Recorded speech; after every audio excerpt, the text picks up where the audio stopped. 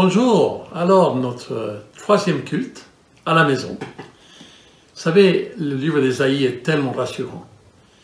Nous avons ce verset en Ésaïe 41, verset 10. « Ne crains rien, car je suis avec toi. Ne promène pas de regard inquiet, car je suis ton Dieu. Je te fortifie, je viens à ton secours, je te soutiens de ma droite triomphante. » Est-ce que vous avez remarqué le chapitre 26? Le verset 3 nous dit « À celui qui est ferme dans ses sentiments, tu assures la paix, parce qu'il se confie en toi. Confiez-vous en l'Éternel à perpétuité, car l'Éternel est le rocher des siècles. » Verset 7, le chemin du juste est la droiture. Toi qui es juste, tu aplanis le sentier du juste. Aussi nous t'attendons, ô Éternel, sur la voie de tes jugements. Notre âme soupire après ton nom et après ton souvenir. Mon âme te désire pendant la nuit, et mon esprit te cherche au-dedans de moi. Verset 12, Éternel, tu nous donnes la paix, car tout ce que nous faisons, c'est toi qui l'accomplis pour nous. C'est tellement bon de savoir que le Seigneur est avec nous et qu'il assure la paix dans nos cœurs. Présentons cette journée au Seigneur. Père, nous te remercions pour le privilège que tu nous donnes de nous rencontrer autour de ta parole, de pouvoir disposer nos cœurs à te louer, à t'écouter, savoir comment nous pouvons aussi nous encourager les uns les autres par la prière. Je te demande, Seigneur, vraiment que ce matin, nous soyons bénis, nous soyons touchés au fond de notre cœur. Que chacun de nous, on puisse, Seigneur, être encouragé à continuer à faire répandre cette parole de paix. Au nom de Jésus-Christ. Amen. Alors, Michael, bienvenue. On est vraiment heureux de t'accueillir pour ce temps de louange et adoration. Amen. Eh bien, on va continuer ce culte dans un moment de louange, avec ce premier chant.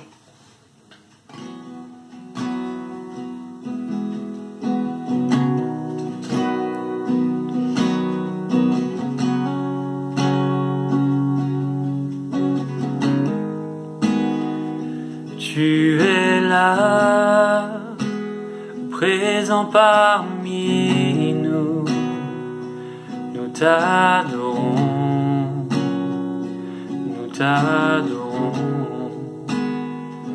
Tu es là, agissant parmi nous, nous t'adorons, nous t'adorons. Tu es là, présent parmi nous, nous t'adorons, nous t'adorons. Tu es là, agissant parmi nous, nous t'adorons, nous t'adorons. Tu un chemin, ô Père des miracles, tu tiens tes promesses, lumière dans les ténèbres. Mon Dieu, c'est bien qui tu es. Tu ferais un chemin, ô Père des miracles, tu tiens tes promesses, lumière dans les ténèbres. Mon Dieu, c'est bien qui tu es. Tu es là, présent parmi nous, nous t'adorons, nous t'adorons. Tu es là, tu restaures les cœurs brisés, nous t'adorons, nous t'adorons. Tu es là, transformant nos vies. Nous t'adorons, nous t'adorons. Tu ferais un chemin, ô Père des miracles, tu tiens tes promesses, lumière dans les ténèbres. Mon Dieu, c'est bien qui tu es. Tu ferais un chemin, ô Père tes promesses, lumière dans les ténèbres. Mon Dieu, c'est bien qui tu es. Oh, tu ferais un chemin au Père des miracles. Tu tiens tes promesses, lumière dans les ténèbres. Mon Dieu, c'est bien qui tu es. Tu ferais un chemin au Père des miracles. Tu tiens tes promesses, lumière dans les ténèbres. Mon Dieu, c'est bien qui tu es. C'est bien qui tu es. C'est bien qui tu es.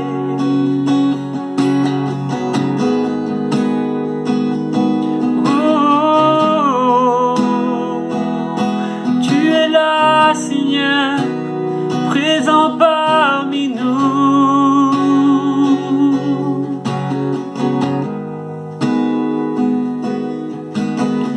Même quand je ne te vois pas, tu agis.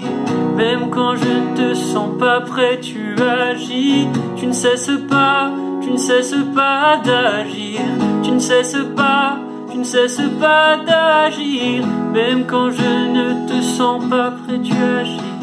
Et quand je ne te sens pas prêt, tu agis. Tu ne cesses pas d'agir. Tu ne cesses pas d'agir. Même quand je ne te vois pas, tu agis. Et quand je ne te sens pas prêt, tu agis. Tu ne cesses pas d'agir. Tu ne cesses pas d'agir. Même quand je ne te vois pas, tu agis. Et quand je ne te sens pas prêt, tu agis. Tu ne cesses pas d'agir. Tu ne cesses pas d'agir.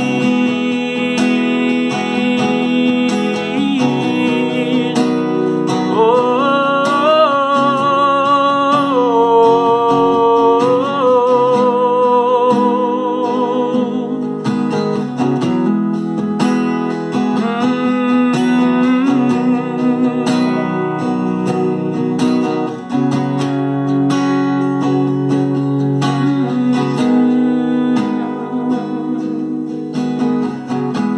Un chemin au Père des miracles, tu tiens tes promesses, lumière dans les ténèbres. Mon Dieu, c'est bien qui tu es. Tu frayes un chemin au Père des miracles, tu tiens tes promesses, lumière dans les ténèbres. Mon Dieu, c'est bien qui tu es. C'est bien qui tu es.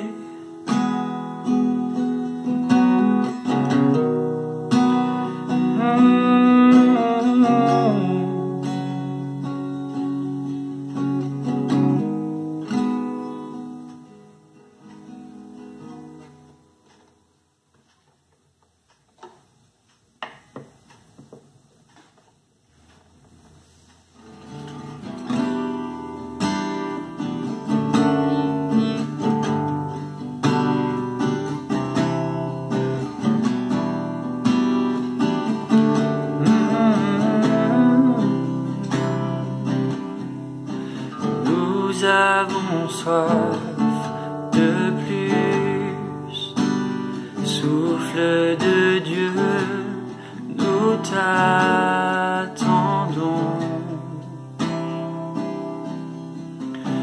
Nous avons soif de plus, Esprit de Dieu, souffle sur nous. Remplis-nous à nouveau. Remplis-nous à nouveau. Souffle, attise en nous la passion pour ton nom. Esprit de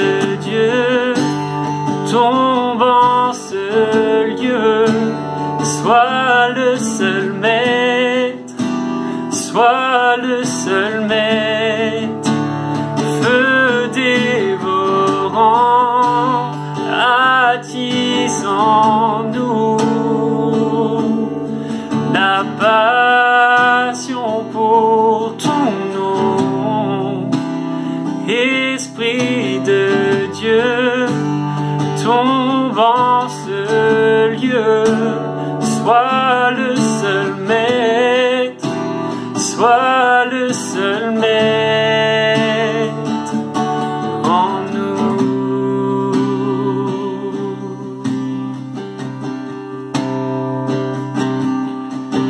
Viens comme un vent violent, nous revêtir de ta puissance. Délivre les captifs, libère-nous pour te louer. Seigneur, envoie ta gloire. Seigneur, envoie ta gloire. Feu dévorant, attise en nous la passion pour ton nom. Esprit de Dieu, tombe en ce lieu, sois le seul maître, sois le seul maître. Feu dévorant, attise en nous la passion pour ton nom. Esprit de Dieu, tombe en ce lieu, sois le seul maître, sois le seul maître en nous.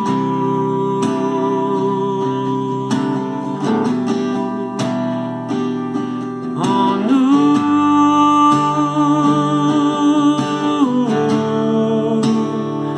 Sois le seul maître, sois le seul maître. Tu es notre seul Dieu, tu es notre seul sauveur, notre maître.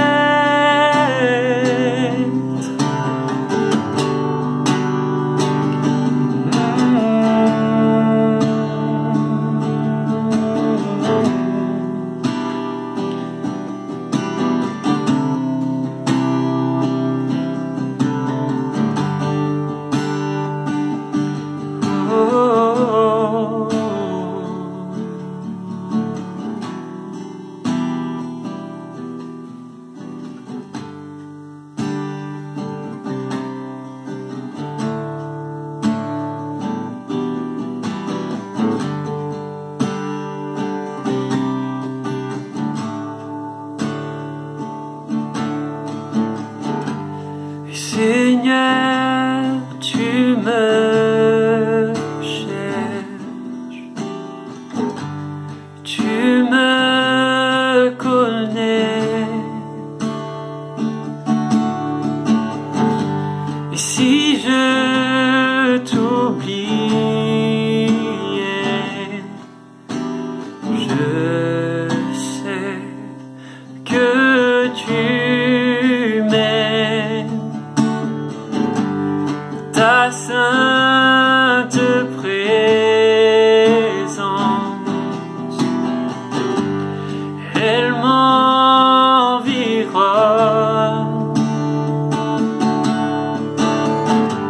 et à chaque moment, je sais que tu m'aimes.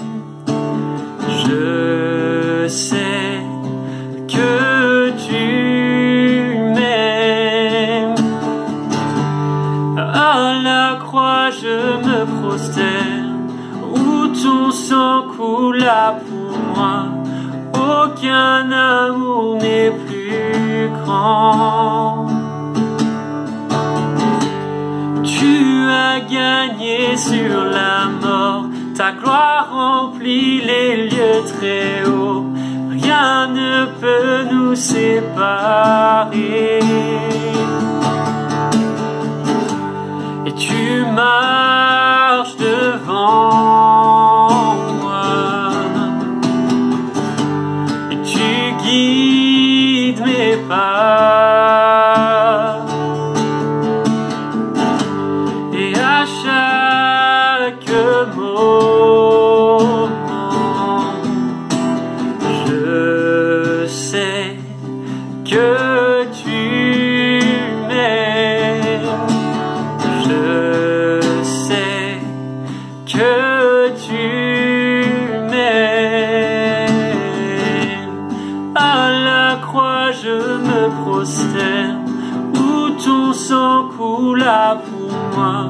Aucun amour n'est plus grand. Tu as gagné sur la mort, ta gloire remplit les lieux très hauts. Rien ne peut nous séparer. Tu déchires le voile, tu traces un chemin, car tu as tout accompli. Tu déchires le voile, tu traces un chemin, car tu as tout accompli.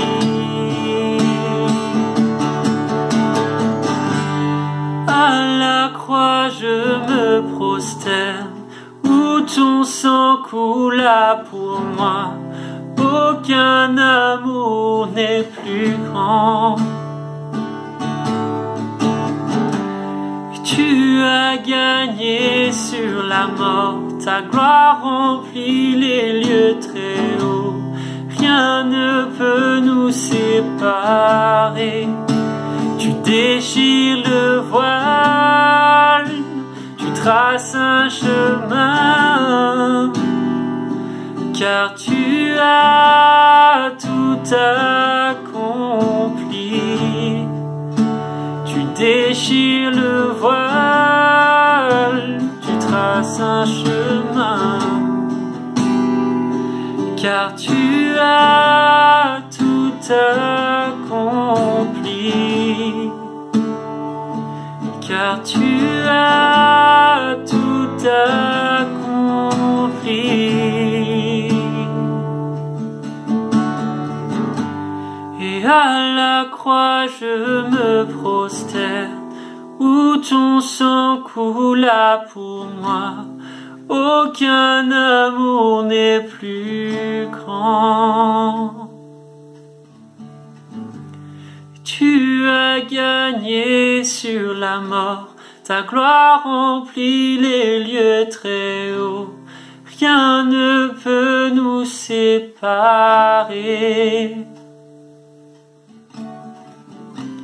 Non, rien ne peut nous séparer.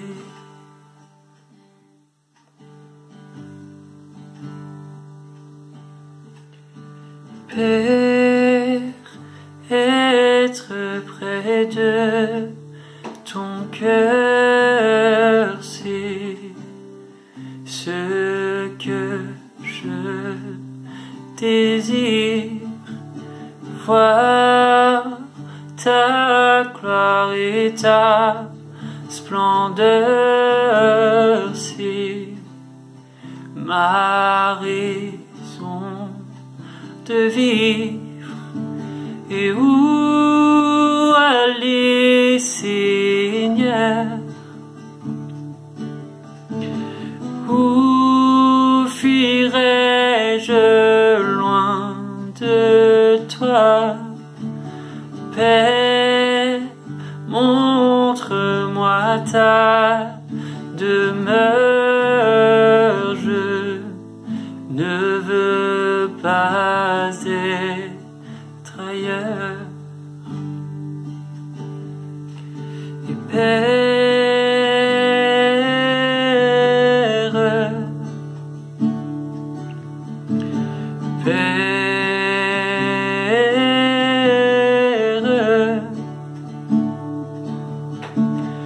Et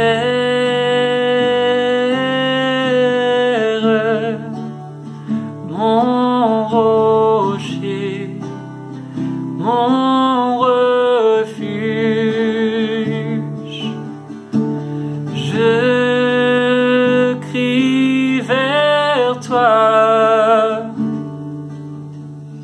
Viens, guéris-moi,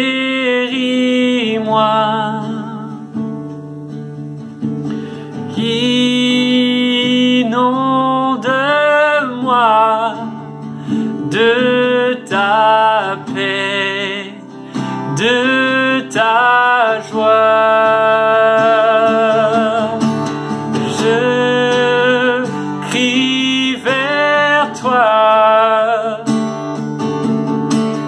Viens, guéris-moi,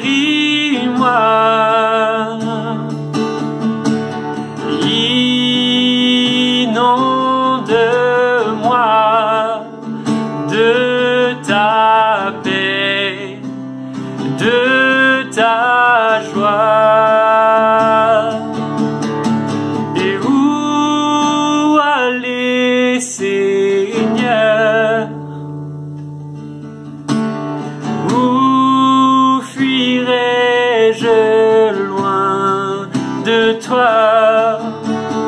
Mais montre-moi ta demeure, je ne veux pas être ailleurs.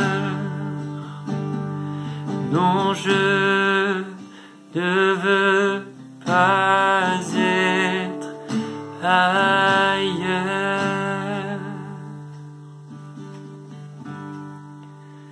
Seigneur, merci pour ce moment qu'on a pu passer dans la louange, Seigneur, devant toi, Seigneur, à tout simplement prononcer, décrire nos cœurs devant toi, Seigneur, dans nos salons, Seigneur, dans nos chambres, Seigneur. Merci, Seigneur, parce que tu dis là où 2 ou 3 sont réunis, tu es là, Seigneur, en notre présence, Seigneur. Et je te prie vraiment, Seigneur, de bénir Jean-Philippe, Seigneur, qui va apporter la parole ce matin. Que tu le bénisses, Seigneur, que tu parles à travers lui, Seigneur. Et surtout, Seigneur, ouvre nos cœurs, Seigneur. Ouvre nos yeux, Seigneur. Ouvre nos oreilles, Seigneur, à entendre et à écouter ce que toi tu veux dire à travers ton serviteur. Je te remercie pour ta paix en ce moment, Seigneur. En ce moment d'incertitude, ce moment de confusion peut-être, Seigneur. Tu es là, tu es présent. Tu es notre paix, tu es notre joie. Tu es la source de notre vie, Seigneur. Et chaque jour, Seigneur, je nous encourage, Seigneur, vraiment à puiser de ta force, Seigneur. Et chaque jour, Seigneur, en passant du temps dans ta parole, Seigneur, dans la prière, Seigneur, et puis aussi à l'écoute des besoins de nos proches, de nos voisins, Seigneur. Merci, Seigneur. Dans le nom précieux de Jésus. Amen. Amen. Amen. Bien. C'est à toi. Amen. Amen, amen. Mais merci Seigneur pour ce temps de louange. Merci Michael pour le partage de cette louange. C'était très agréable. Et puis ça fait plaisir de te voir. Ça fait plaisir de te retrouver, de retrouver aussi finalement la famille Host un peu réunie, malgré la distance qui nous sépare. Mais là, la distance, ça nous fait plus peur. On est là chacun dans nos maisons, mais c'est pas un problème maintenant. Ça y est, on est un peu rompu à pouvoir aller au-delà de ces problèmes-là, grâce à Dieu. Et alors, je voudrais aujourd'hui partager autour d'un thème particulier. Un thème qui fait suite à ce qu'on avait vu la dernière fois au sujet du paralytique dans la piscine de Bethesda qui attendait que quelqu'un veuille bien l'aider il attendait en tout cas sa guérison. Et jusqu'au jour, donc depuis 38 ans, jusqu'au jour où Jésus arrive et lui pose une question toute simple, et il lui dit « Veux-tu être guéri ?» Et on avait vu que autour de cette question, eh ben, Jésus fait essentiellement appel à notre volonté. Ça peut paraître ridicule, mais celui qui a des problèmes et qui a des difficultés, on peut supposer qu'il n'y a pas de problème, on a la volonté. Mais ce n'est pas forcément le cas. Et Jésus fait souvent appel à notre volonté. Quelle est notre volonté? Quelle est notre détermination dans les situations qui nous entourent à surtout et essentiellement rester fidèle à Dieu? Et il nous interroge sur la manière aussi, finalement, dont on est prêt à laisser derrière nous un peu nos habitudes, nos intérêts, notre confort, tout un tas de choses, et à se laisser un peu bousculer dans nos habitudes, dans tout ça. À accepter finalement le changement dans notre vie. C'est pas quelque chose de simple. Souvent, c'est devant ça qu'on montre des réticences. On a tellement l'habitude d'être ancré dans certaines choses. Mais le peuple de Dieu, le peuple d'Israël, lui, était appelé à bouger énormément. À la base, c'était quand même un peuple nomade. Et donc, la parole de Dieu nous pose cette question, jusqu'où sommes-nous prêts pour mettre notre confiance en Dieu? Jusqu'où voulons-nous aller? Quelle est notre détermination pour mettre de notre confiance en Dieu? Et donc, dans la continuité de ce thème que j'avais abordé, je voudrais aujourd'hui parler sur le thème de la paix. La paix, c'est un terme un peu commun. On peut ressentir la paix, on peut vivre la paix, on a différentes manières d'exprimer ce qu'on ressent par rapport à la paix. Jésus s'était adressé à ses disciples, en particulier à un moment où les disciples étaient certainement dans l'inquiétude, étaient certainement peut-être pas dans le doute, mais en tout cas ils étaient dans l'inquiétude parce que Jésus parlait de sa mort prochaine. Jésus parlait et disait, voilà, bientôt je ne serai plus avec vous. Et il leur dit, je vous laisse la paix. Je vous donne ma paix, mais je ne donne pas comme le monde le donne. Alors c'est intéressant parce que on parle de la paix donc, mais de quelle paix s'agit-il? De quelle paix s'agit-il? Est-ce que même notre notion, notre interrogation sur la paix a de bons fondements? De quelle paix est-ce que l'on parle? Est-ce que c'est la paix du cœur? Est-ce qu'il s'agirait du bien-être intérieur? Je pense que pour beaucoup de personnes, il s'agit bien sûr de ça. Ou alors la paix du repos éternel, le fameux RIP, Rest in Peace, du repos éternel. De quelle manière, moi je m'interroge, de quelle manière Jésus donne sa paix? Alors quand on parle de paix, forcément, il y a un autre sujet qui vient avec ça, c'est la notion de guerre. Et nous, bon, on n'a pas connu, enfin moi, j'ai pas connu la guerre. Il y a plein de personnes qui n'ont pas connu la guerre. D'ailleurs, on voit dans les situations de confinement où on mesure pas du tout ce qui peut se produire, malgré le fait que notre président a parlé de « nous sommes en guerre », c'est-à-dire la situation doit être exactement pareille que celle dans laquelle nous sommes en guerre.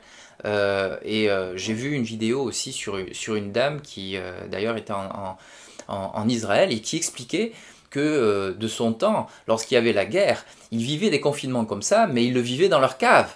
Et ils l'ont vécu, d'après son témoignage, elle l'a vécu pendant près d'1 an.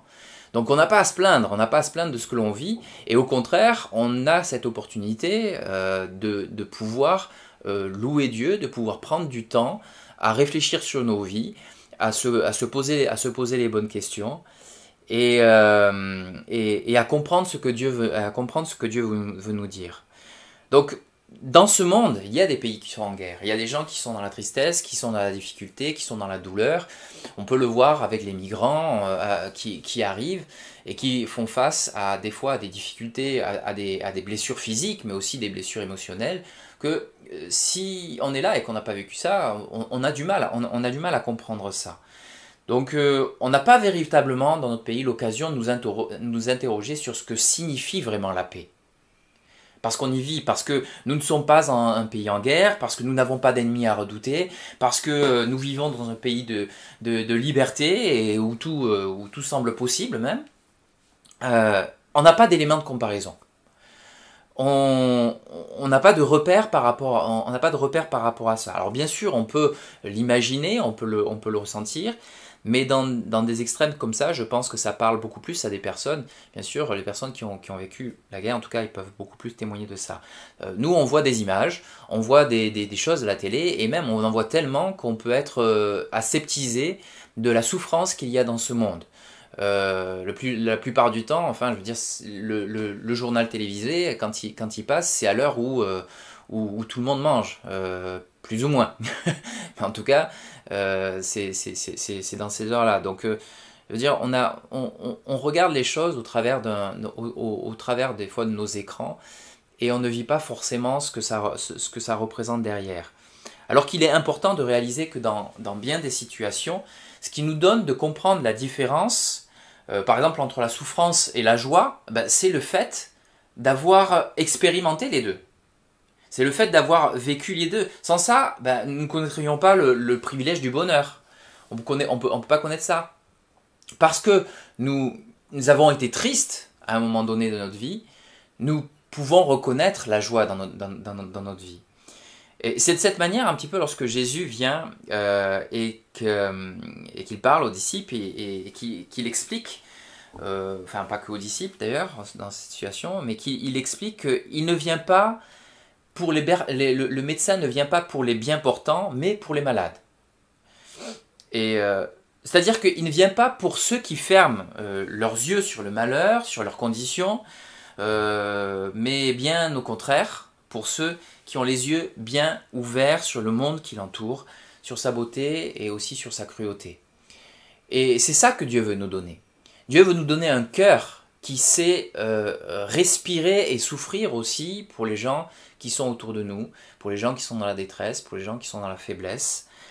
Et pas uniquement nous conforter d'être dans un sofa bien tranquillement affalé, à regarder le monde par un petit rectangle 16/9 ou autre. Jésus vient pour ceux qui ont des éléments de comparaison, parce qu'ils ne sont pas restés dans une forteresse d'ignorance.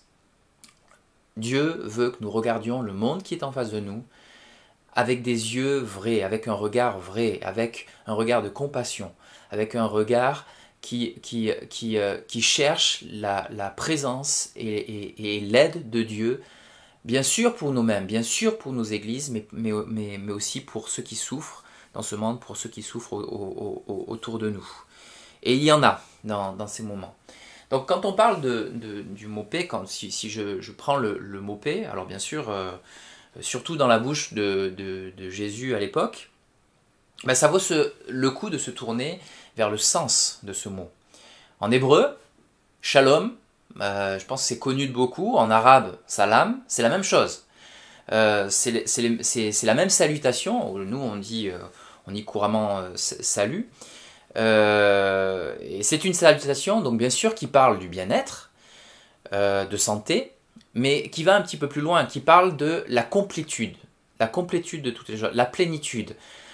S'il y a une notion d'achèvement, quand on prend ces mots dans leur origine, et même ça va même jusqu'à porter le sens de parler de la prospérité, de prospérité. Par exemple, je veux dire, quand on lit dans l'épître de Jean, le 3e épître de Jean, au chapitre 1, au tout début, il y a des salutations qui sont données, et ces salutations sont dites dans ce sens, que tu prospères à tous égards, et sois en bonne santé, comme prospère l'état de ton âme. C'est intéressant, parce que finalement, dans tous les domaines qui sont cités dans la notion de paix, la complétude, la plénitude, l'achèvement, la prospérité, dans tous ces domaines, on pourrait trouver une réalité à la fois dans les préoccupations du monde, comme dans celle de Dieu. Et l'homme cherche un achèvement, l'homme cherche une complétude, l'homme cherche à se réaliser, il cherche une réussite, souvent pour lui-même, souvent pour peut-être aller jusqu'au bout de ses désirs, pour aller jusqu'au bout de ses projets. Donc il cherche quelque chose dans ses projets, tandis que celui de Dieu, ces notions-là de Dieu, cherche la complétude de l'âme. Aller jusqu'au bout dans notre âme, dans nos désirs, dans notre passion pour Dieu. Donc c'est intéressant de voir comment aussi Jésus parle, de quelle manière Jésus parle de la paix à ses disciples. Et j'ai pris pour ça alors 2 passages dans le livre de Marc, l'un dans le livre de Marc et l'autre dans le livre de Matthieu. Lorsque Jésus envoie les 12 disciples pour témoigner. Il les envoie dans les villages alentours pour qu'ils puissent témoigner. Et alors dans le livre de Marc au chapitre 6, il est dit ceci, Jésus appela les 12 et il commença à les envoyer deux à deux en leur donnant pouvoir sur les esprits impurs. Il leur prescrivit de ne rien prendre pour le voyage, si ce n'est un bâton, de n'avoir ni pain, ni sac, ni monnaie dans la ceinture, de chausser des sandales et de ne pas revêtir 2 tuniques. Puis il leur dit, dans quelque maison que vous entriez, restez-y jusqu'à ce que vous partiez de ce lieu. Et s'il y a quelque part des gens qui ne vous reçoivent pas, ni ne vous écoutent, retirez-vous de là, secouez la poussière de vos pieds, afin que cela serve de témoignage. Et ils partirent et ils prêchèrent la repentance. Dans un autre passage, il est question de la paix aussi. C'est ça qui est intéressant avec les évangiles aussi, parce que quand on lit les évangiles, on lit le témoignage de personnes. Et Marc n'a pas parlé de la paix, Matthieu lui en a parlé. Mais ce qui est intéressant, il y a une situation un peu étrange déjà, c'est qu'il est question de secouer la poussière de ses pieds. Alors moi personnellement, c'est pas quelque chose que j'ai l'habitude de faire. Et quand on imagine secouer la poussière de ses pieds, en fait, en sortant de la maison, parce qu'ils ne sont pas d'accord, parce qu'ils n'ont pas été reçus correctement. En général, quand on secoue la poussière de notre pied, c'est plutôt quand on rentre dans une maison. C'est plutôt quand on revient du dehors, parce qu'on n'a pas envie que la poussière rentre à l'intérieur. Donc c'est intéressant de se rappeler du fait que peut-être cette poussière, du fait que nous retournerons nous-mêmes à la poussière. C'est dans le livre d'Ecclésiaste où il est dit « Tout va dans un même lieu, tout a été fait de la poussière, et tout retourne à la poussière. » Donc, j'aime avoir en tout cas dans ce passage-là un rappel à la finitude de nos vies. Un rappel du fait que nous ne sommes pas des super-héros, nous ne sommes pas des super-humains, des super-hommes ou femmes. Nous sommes uniquement des hommes et des femmes qui sont dépendants de Dieu et qui n'avons qu'une chose à faire, à proclamer, c'est de proclamer notre dépendance à Dieu et de réaliser que Dieu est tout-puissant, que Dieu est manifeste dans notre vie et qu'il ne nous abandonne pas. Mais quel que soit le projet de Dieu, ce projet s'accomplira même si notre vie doit être balayée. Et les disciples devaient faire ça, et en faisant ça, ce qui signifiait, c'est nous on se débarrasse, on n'a plus rien, que votre sang ne retombe pas sur notre tête. Nous avons prévenu, regardez, voilà, nous ne sommes que poussière, et nous retournerons à la poussière. Et chacun d'entre nous, nous avons besoin de réaliser la finitude de nos vies. Nous avons besoin de réaliser que notre vie, un jour, prendra fin. Et que dans cette finitude, elle a besoin d'être dans les bras de Dieu. Elle a besoin de se retrouver dans le confort de Dieu. Elle a besoin d'être dans la plénitude de Dieu. Donc ça, dans ce premier passage, bon voilà, il y a cette question-là de soulever la poussière de leurs pieds qui peut paraître étrange donc au premier abord, mais s'explique assez bien. Et dans le passage de Matthieu, il y a un élément supplémentaire qui nous est donné au Matthieu chapitre 10. Donc, allez, prêchez, dites, le royaume de Dieu est proche, guérissez les malades, ressuscitez les morts, purifiez les lépreux, chassez les démons, vous avez reçu gratuitement, donnez gratuitement. Ne prenez ni or, ni argent, ni monnaie dans vos ceintures, ni sac pour le voyage, ni de tunique, ni souliers, ni bâton, car l'ouvrier mérite sa nourriture. Dans quelque ville ou village que vous entriez, informez-vous. Et s'il s'y trouve quelque homme digne de vous recevoir, et demeurez chez lui jusqu'à ce que vous partiez. En entrant dans une maison, saluez-la. Shalom. Et si la maison en est digne, que votre paix, shalom, vienne sur elle. Mais si elle n'en est pas digne, que votre paix retourne à vous. Lorsque l'on ne vous recevra pas et qu'on n'écoutera pas vos paroles, sortez de cette maison ou de cette ville et secouez la poussière de vos pieds. Donc là, Jésus, on voit que dans ce passage, un élément supplémentaire, c'est que Jésus parle de la paix de ses disciples. Il leur parle de la paix, il dit que votre paix demeure, que votre paix vienne sur cette maison, et si ce n'est pas le cas, que votre paix retourne avec vous. Mais ce qui est intéressant, c'est que non seulement il parle de la paix de ses disciples, mais il parle aussi de la condition qui entoure cette paix. Lorsqu'il leur demande de partir, lorsqu'il leur demande d'y aller, donc de la manière dont ça se trouve, il ne demande pas juste « allez-y, annoncez ma parole » et tout ça, mais il parle des conditions qui encadrent ce voyage, c'est « ne vous embarrassez de rien ».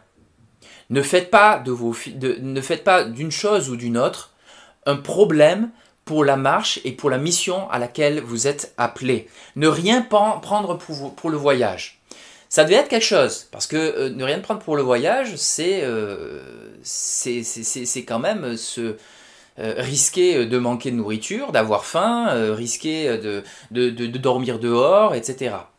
Moi j'ai une histoire, j'ai une petite anecdote à ce sujet, où un jour j'ai eu à aller en Angleterre, parce que j'étais rentré en contact avec une personne, par le moyen d'internet, et puis je lui parlais de Dieu, et ça s'avoue qu'il s'avérait que cette personne-là était dans un hôpital en Angleterre, et je me suis dit, après tout, ce que je vais faire, c'est que je vais aller là-bas, je vais faire un voyage, pourquoi pas, ça va être intéressant, ça va être sympa, mais rien préparé, et je suis parti comme ça, j'ai pris l'avion, je suis allé là-bas, alors j'avais une amie qui était pas très loin, mais après je suis parti avec mon sac à dos, avec un duvet, de quoi un petit peu dormir éventuellement, au pire à la belle étoile, mais pas grand-chose quand même.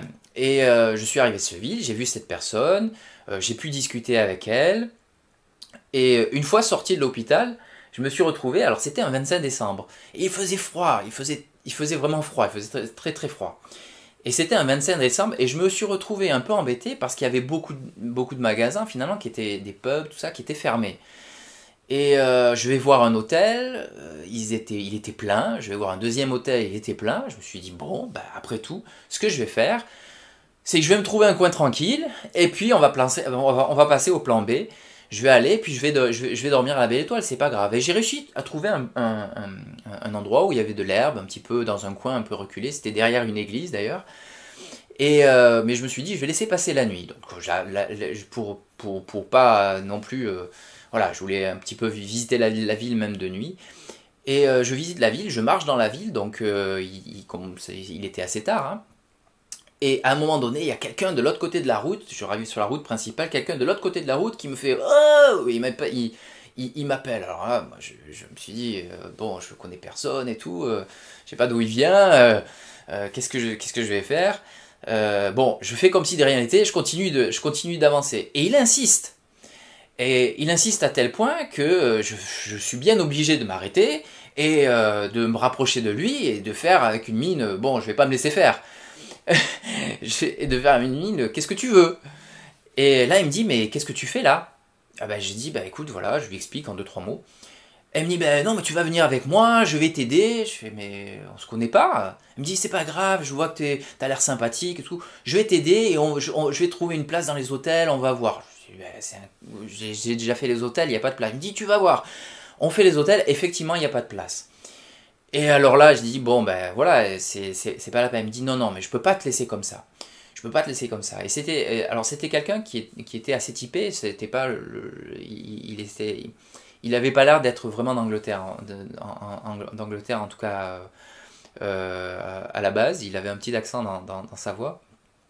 Et il me dit, mais écoute, non, je peux pas te laisser comme ça. Elle réfléchit 2 minutes. Il me dit, non, écoute, tu vas venir avec moi. En fait, moi, je suis dans un hôtel, mais cet hôtel, il est fermé. C'est quelqu'un qui a les clés de cet hôtel, qui m'a passé les clés et il est parti en congé et il est fermé.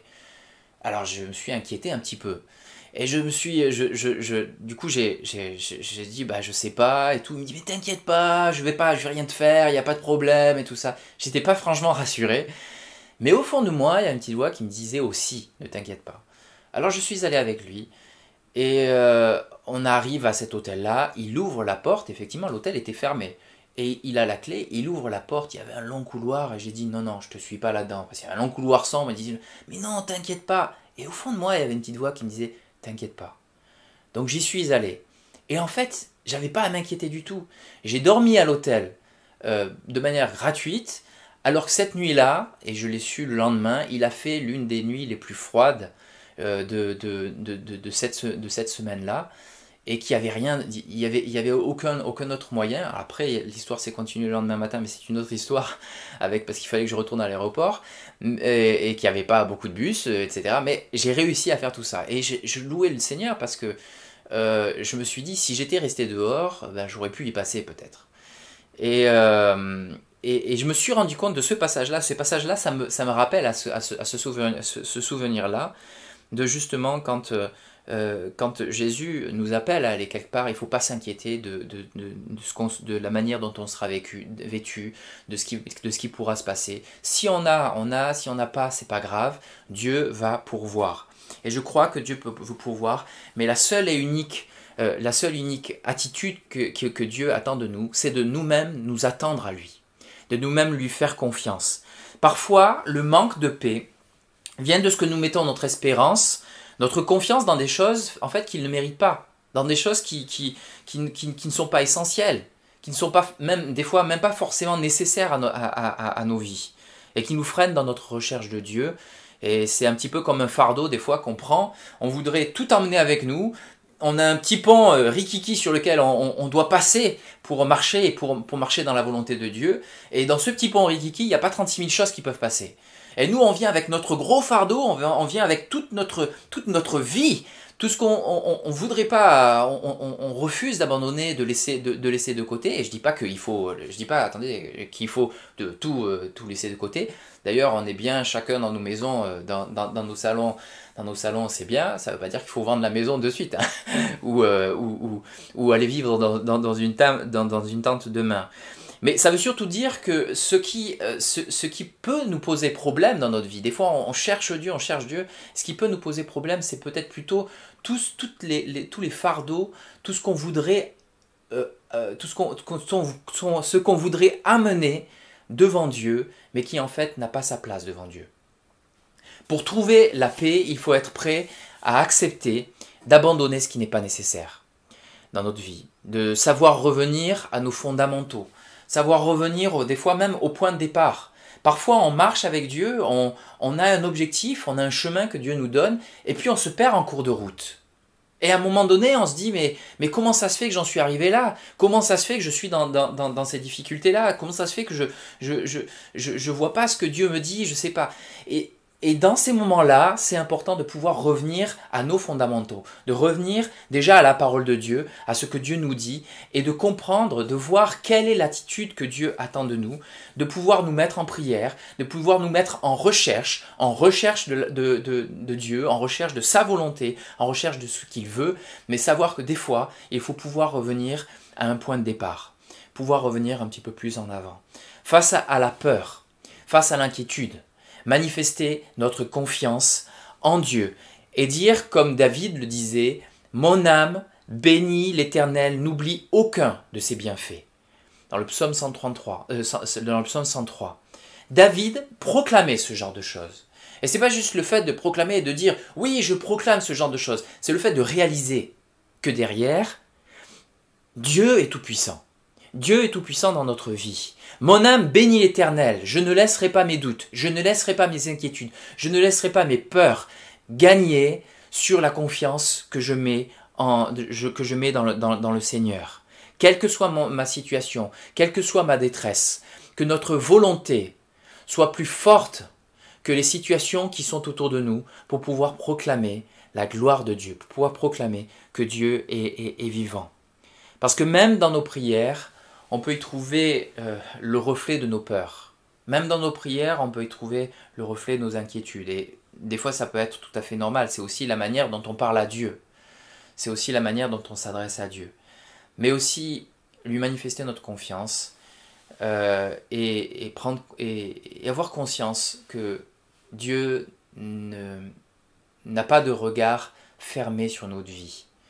Et que si parfois il nous donne de vivre des situations difficiles, comme on l'a dit au début, c'est aussi pour qu'on puisse réaliser la grâce qui est dans notre vie. Aujourd'hui, on vit dans ces temps de confinement où de partout dans la planète, on est en train de parler de chamboulement économique, de chamboulement à tous les niveaux. On est certain de rien. J'entendais l'autre jour même la prix Nobel d'économie, une prix Nobel d'économie qui s'exprimait, parce qu'elle disait, mais en fait, on ne sait pas, on peut faire que des suppositions. L'autre étape, le grand défi des pays, ça va être après de pouvoir se soutenir les uns les autres, parce que dans une situation comme celle-là où il y a un mal que personne ne voit et que personne ne maîtrise, déjà on réalise, nous-mêmes qui sommes croyants, on peut réaliser d'autant plus la faiblesse de l'homme, on peut réaliser d'autant plus combien nous avons besoin de nous confier en Dieu, combien finalement face à la richesse, face à la grandeur de tous ces pays-là, quelque chose d'invisible, quelque chose de microscopique vient semer la terreur, vient semer la peur. Et nous, c'est pas là-dedans c'est pas ça qu'on doit se livrer. La paix existe parce que nos vies se sont décentrées de nous-mêmes pour se centrer sur Christ, pour se centrer sur son œuvre. Parce qu'il a pris le joug, il a pris le fardeau de notre péché. Parce que lui le premier a souffert plus que quiconque. Parce que lui le premier a accepté la croix. Parce que lui le premier a accepté d'aller jusqu'au bout. Et qui nous a dit, il nous a parlé de porter notre croix. Il nous a parlé d'être persévérant. Il nous a parlé de toujours renouveler notre confiance en Dieu. C'est là où nous en sommes. Renouveler sans cesse notre confiance en Dieu, comme Job aussi, qu'on cite souvent. J'entends en tout cas souvent citer Job ces derniers temps, qui a vécu des temps de souffrance, mais dans ces temps de souffrance, il n'a pas péché contre Dieu. Il était concentré, il était centré sur Dieu. Que peut-il nous arriver? Que peut-il se passer? Que peut-il se passer dans notre vie que Dieu ne peut pas voir, que Dieu ne peut pas comprendre? Et notre vie, si nous proclamons que nos vies sont à Christ, si nous avons offert notre vie à Christ, si nous avons ce désir de laisser Dieu travailler dans notre vie, dans ce cas, allons jusqu'au bout. Et mettons notre confiance dans que ce soit à la vie, que ce soit à la mort. Dieu tient nos vies entre ses mains. Et ce n'est pas une question de confort, ce n'est pas une question de bien matériel, ce n'est pas une question de prospérité matérielle, c'est une question de prospérité intérieure, de grandir intérieurement dans la connaissance de Jésus-Christ. Romains chapitre 8, verset 35 nous dit, et c'est bien connu, « Qui nous séparera de l'amour de Christ ?» Est-ce que ce sera la tribulation, l'angoisse, la persécution, la faim, la nullité, le péril, l'épée? Il s'agit de Paul qui parle là. C'est Paul qui parle. Nous, des fois, on peut le citer, ce passage. Mais il s'agit de Paul qui a vécu ces situations. Dans toutes ces choses, nous sommes plus que vainqueurs par celui qui nous a aimés. Car j'ai l'assurance, j'ai la certitude, j'ai la foi que ni la mort, ni la vie, ni les anges, ni les dominations, ni les choses présentes, ni les choses à venir, ni les puissances, ni la hauteur, ni la profondeur, ni aucune autre créature ne pourra nous séparer de l'amour de Dieu, manifesté en Jésus-Christ, notre Seigneur. Le sentiment que l'avenir est assuré, parce qu'il est entre les mains de notre Créateur, parce qu'il est entre les mains de celui qui connaît toutes choses. Et si nous avons une lutte à mener, c'est d'abord une lutte dans la prière, dans l'attente du Seigneur, d'abord une lutte contre l'incrédulité, d'abord une lutte pour que Dieu prenne sa place véritablement au milieu de nous. Éphésiens chapitre 6 nous dit « Revêtez-vous de toutes les armes de Dieu, afin de pouvoir tenir ferme contre les ruses du diable. Car nous n'avons pas à lutter contre la chair et le sang, mais contre les dominations, contre les autorités, contre les princes de ce monde de ténèbres, contre les esprits méchants dans les lieux célestes. C'est pourquoi prenez toutes les armes de Dieu afin de pouvoir résister dans le mauvais jour et tenir ferme après avoir tout surmonté. En tant que croyants, des fois, nous voudrions nous croire au-dessus de tout. Nous voudrions que nous échappions à la mort, nous voudrions que nous échappions à la maladie, mais Dieu a fait de nous des témoins sur cette terre. Il a fait de nous pour que non seulement nous soyons des témoins par la parole, mais nous soyons des témoins par ce que nous vivons. Nous soyons des témoins dans notre corps. Lorsque des prophètes, lorsque des hommes selon Dieu dans la Bible parlaient de certaines choses, ils le vivaient dans leurs entrailles. Ils vivaient un fardeau, ils vivaient un poids que Dieu pouvait peut-être placer au-dedans d'eux. Ils vivaient ces choses-là et nous sommes nous-mêmes appelés à vivre. Et si j'ai parlé au début du fait que nous sommes appelés à avoir les yeux ouverts autour de nous, c'est parce que justement nous avons cette possibilité, cette capacité de regarder au-delà de ce que nos yeux voient. Pour comprendre la réalité qui se passe dans le monde spirituel, pour comprendre que nous ne sommes pas au-dessus des lois naturelles, nous ne sommes pas au-dessus de tout. Jésus-Christ est au-dessus de tout. S'il nous fait grâce, il nous fait grâce. S'il intervient, il intervient. Mais nous ne sommes pas ceux qui décident de comment les choses doivent se passer. Notre rôle, c'est de parler, notre rôle, c'est de témoigner, et notre rôle, c'est de nous attendre et d'espérer de tout notre cœur, de rechercher la présence de Dieu. D'espérer de tout notre cœur après lui. Je terminerai par ce passage qui nous dit dans Philippiens 4, et ceux qui me connaissent savent que j'aime bien ça, le passage dans le Philippiens 4 qui dit « Réjouissez-vous », je le répète, réjouissez-vous toujours, c'est pas facile. Et au verset 6, il est dit « Ne vous inquiétez de rien, mais en toute chose, faites connaître vos besoins à Dieu par des prières et des supplications et des actions de grâce, et la paix de Dieu, qui surpasse toute intelligence, gardera vos cœurs et vos pensées en Jésus-Christ. » La paix de Dieu qui surpasse toute intelligence. Aujourd'hui, souvent, on veut raisonner sur beaucoup de choses, on veut comprendre beaucoup de choses, on fait preuve de beaucoup de connaissances dans plein de domaines. Mais est-ce que la paix de Dieu est dans nos cœurs? Est-ce que Christ, est-ce que nous sentons cette proximité avec Christ? Et si ce n'est pas le cas, vous êtes dans votre salon, chacun d'entre nous, on est chez nous, on peut se placer devant Dieu. On peut se placer devant Dieu et offrir tout à nouveau nos cœurs, offrir tout à nouveau notre vie devant le Seigneur et reconnaître notre faiblesse, reconnaître que nos manquements, reconnaître que des fois, il y a tellement d'autres choses qui ont pris le dessus sur la présence de Dieu, il y a tellement d'autres choses qui sont venues troubler notre quiétude, il y a tellement d'autres choses qui sont venues nous voler cette paix-là, nous voler cette paix. Mais Jésus ne donne pas comme le monde donne la paix. Le monde donne la paix par des moyens physiques, des moyens matériels. Il donne la paix de ce que l'on voit. Mais Dieu nous donne la paix de ce que l'on ne voit pas, bien au-delà de ce que l'on voit. Il nous donne la paix de cœur, la paix de l'âme, la paix intérieure, de sorte que nous soyons non seulement en paix avec nous-mêmes, mais bien plus en paix avec lui, en paix avec Dieu. Lorsque l'on se retrouve en paix avec Dieu, on a de l'assurance pour l'avenir, on a de la certitude pour l'avenir, et on ne sait pas l'expliquer.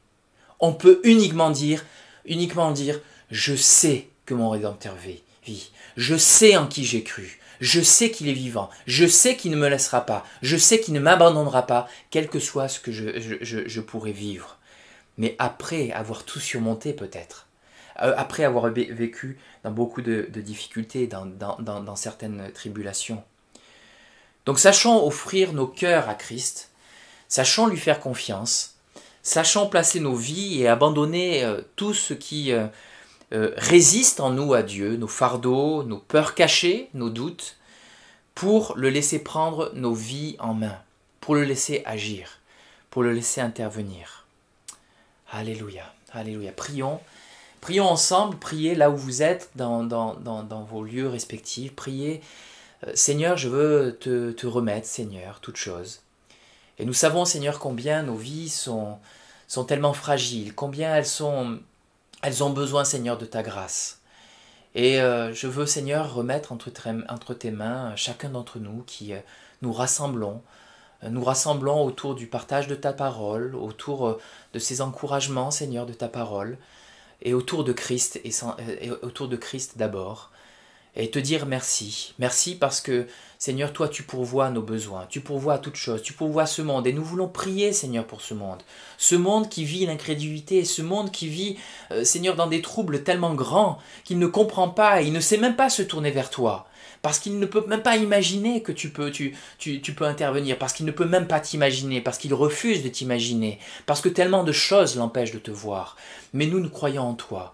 Et nous espérons aussi qu'au travers de tout ce que nous vivons, il y ait le témoignage de l'Esprit qui puisse travailler dans le cœur de chacun, dans le cœur des uns des autres. Et j'ai déjà entendu des témoignages de personnes qui se laissent toucher par la parole de Dieu parce que c'est un message d'espoir. Et ce message d'espoir, il n'est pas juste donné à notre intelligence, il est donné à notre cœur, il est donné à ce que nous vivons au plus profond d'entre nous, là où nos paroles s'arrêtent, notre vie continue par l'espérance en Jésus-Christ, par l'espérance en Dieu. Alors Seigneur, je prie Seigneur que nous soyons chacun fortifiés, chacun encouragés, et que nous sachions Seigneur pouvoir placer les choses de seconde priorité Seigneur, de second intérêt Seigneur, en dehors Seigneur de ton champ d'action, en dehors de la vie avec toi, en dehors Seigneur de nos prières, Seigneur, de nos prières premières, Seigneur. Que tu viennes et que tu places, que tu sois, Seigneur, au centre de nos intérêts, au centre de nos vies, Seigneur. Dans ces moments, c'est le temps, c'est le moment pour nous rapprocher de toi. C'est le moment, Seigneur, pour nous réjouir dans ta présence, pour pouvoir aller plus loin, Seigneur, avec toi, pour refaire le point sur nos vies, parce qu'on a du temps, c'est du temps là, chez nous, comme ça, de revoir un petit peu toutes ces choses, de nous rappeler aussi toutes les fois où tu es intervenu, Seigneur, dans nos vies, et toutes les fois où des fois nous avons fait preuve d'incrédulité, mais tu as intervenu et tu as manifesté ta grâce, Seigneur. Merci, Seigneur, pour les témoignages, Seigneur, que tu as placés déjà dans nos vies. Ce témoignage que tu veux peut-être encore placer, que tu veux très certainement placer, Seigneur, encore dans nos vies. Merci pour le témoignage de l'Esprit, le témoignage de l'Esprit qui parle à notre esprit et qui nous convainc de péché, qui nous convainc, Seigneur, de puissance, de ta puissance, Seigneur. Merci, Seigneur, de nos vies, Seigneur, qui se tiennent devant toi, qui peuvent pleinement se tenir devant toi et te laisser toute la place. Te laisser toute la place, Seigneur. Je pense vraiment, Seigneur, dans ces moments, c'est important de nous retrouver avec toi et même ensemble. Seigneur, merci, Seigneur, parce que malgré la distance, nous faisons un, Seigneur, avec ton esprit. Nous te remercions. Nous te remercions de tout ça. Alléluia. Alléluia. Alléluia. Je vais laisser la place de nouveau à Michael qui va nous conduire dans un chant. Restons dans cette attitude de prière, restons dans cette attitude de louange pour ce que Dieu fait et laissons-le travailler dans notre cœur. Amen. Merci Jean-Philippe pour ce message. Alors on va finir avec un chant qui s'appelle « Je m'offre à toi ».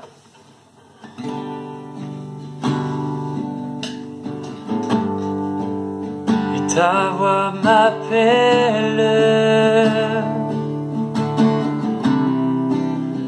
ta grâce m'entraîne dans les profondeurs de ta gloire.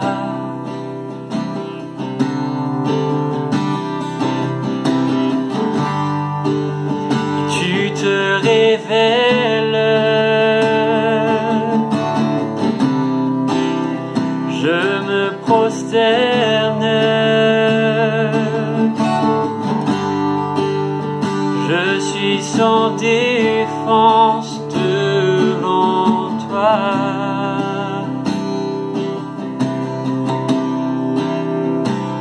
Et je m'offre à toi, et je tends les bras, et je tombe à genoux devant toi.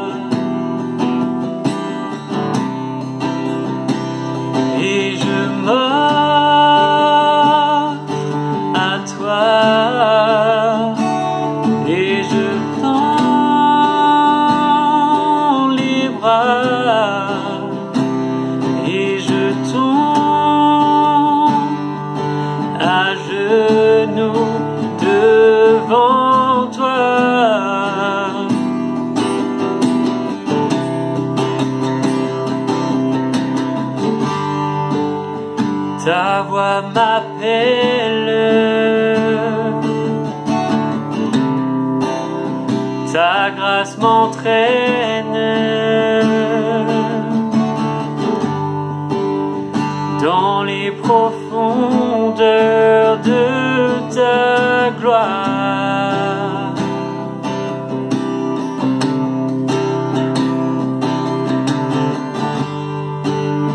Tu te révèles, je me prosterne, je suis sans défense devant toi.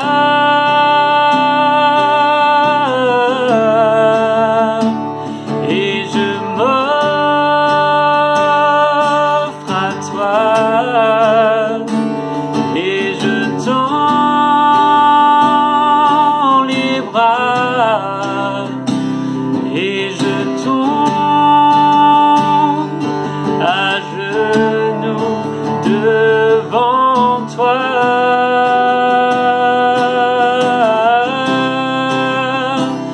Oui, je m'offre à toi. Et je tends les bras. Et je tombe à genoux devant toi.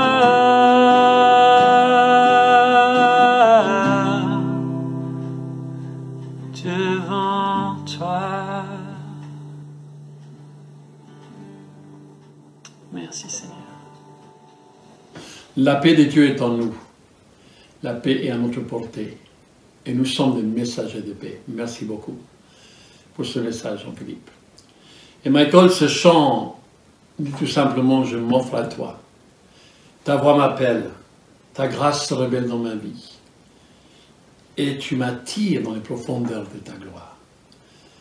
Qu'en ce moment dans lequel nous sommes confinés, on puisse prendre toujours le temps d'aller dans les lieux secrets afin d'être attirés dans les profondeurs de sa gloire.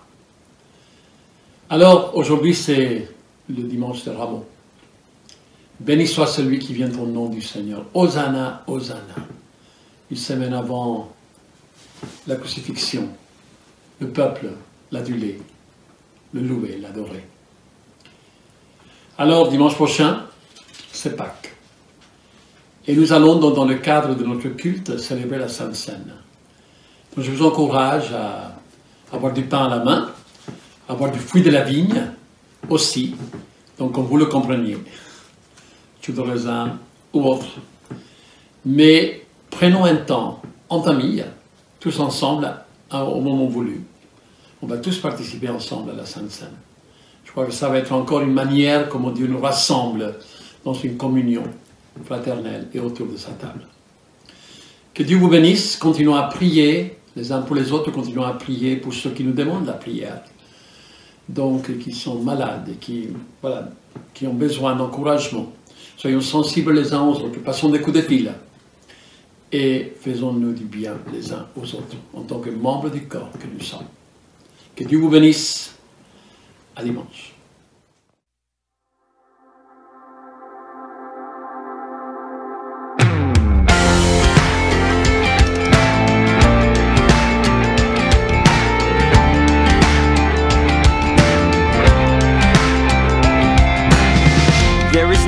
I could ever understand, and no one has nor will fully comprehend. Your word says that you've got the ocean in your hand, and that's a pretty big hand if you ask me. Big enough to hold all of us still, and close enough to know all our individual plans. So in my attempts to become a better man, I think I will just follow you closely. Cause I can't do this on my own, but I am not alone. You promised that you would never leave or forsake. Cause I've got nowhere else to go, absolutely no. You promised that you would never leave or forsake us. So I'm reminded of the times that I have been in need, when all I ever really wanted was to succeed. A nice car and a wife and a life of ease. But I believe that there's something far greater, cause now I know that my life's got a purpose. I recognize the lie that I am worthless. So good intentions or with wrong motives, oh heaven knows I depend on my Savior. Cause I can't do this on my own. I am not alone. You promised that you would never leave or forsake us. I've got nowhere else to go. I absolutely know. You promised that you would never leave or forsake us. If someone died and you're grieving, you're giving or you're receiving. If you're alive and you're breathing, then He is worthy of singing. This is a giving or taking, so please don't get me mistaken. This is about a relation to the God of creation. I said that I wanna tell you that He knows your name. He made all the stars and knows them the same. So when you start thinking about the things you wanna change, just keep in mind this one thing: we can't do this on our own, but we are not alone. He promised that He would never leave or forsake us. We've got nowhere else